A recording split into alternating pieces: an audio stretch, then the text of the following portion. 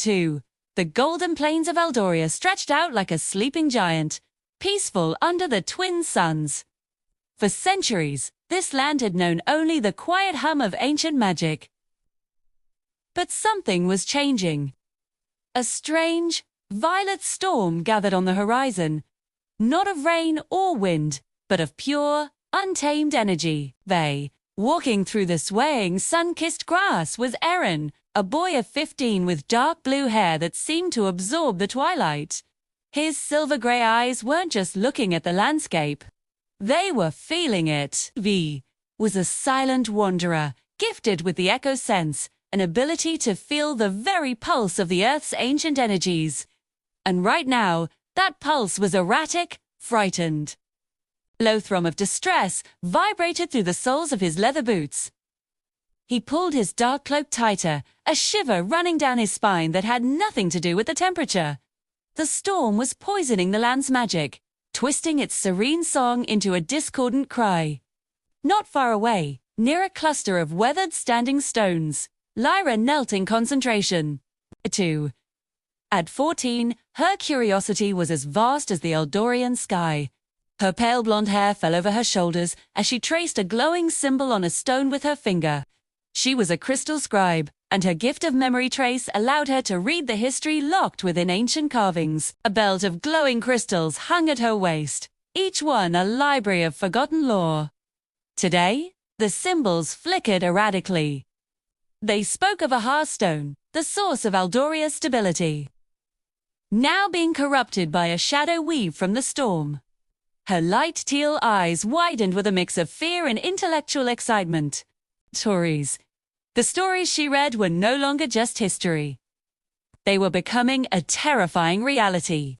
Suddenly, a crackle of violet energy lashed out from the storm cloud, striking the ground just a few feet from Lyra. Before she could even gasp, a figure moved with astonishing speed, planting himself in front of her. It was Corinne, the Stoneblade Guardian. At 16, he carried the weight of a protector. His dark brown hair was tied back, and his green eyes were fixed on the storm. As the energy bolt neared, he slammed his fist into the ground. A shield of shimmering, translucent stone erupted from the earth, deflecting the magical strike with a sharp clang. This was his stone pulse, a guardian's power to shape the very rock of Eldoria into a defense. Selene. He turned to Lyra, his expression grim but reassuring. Are you all right? Lyra nodded, her heart pounding. The stones! They're screaming! Corinne, the storm is unraveling everything. Just then, Aaron arrived, his movements as quiet as a shadow. He placed a hand on the standing stone Lyra had been studying. His eyes closed, and he seemed to listen, not with his ears, but with his soul. 2. The corruption is spreading from the Crystal Mountains, he said, his voice calm despite the growing chaos. It's targeting the Haha stone. Corinne drew the stone-bladed sword from his back, its surface humming with contained power. Then that's where we go. If the storm wants to break Eldoria, it'll have to go through us first. Lyra looked at Aaron, then at Corinne. One could read the past, one could feel the present, and one could defend the future. Fear lingered in her heart, but seeing her friends, a different feeling took root. Determination.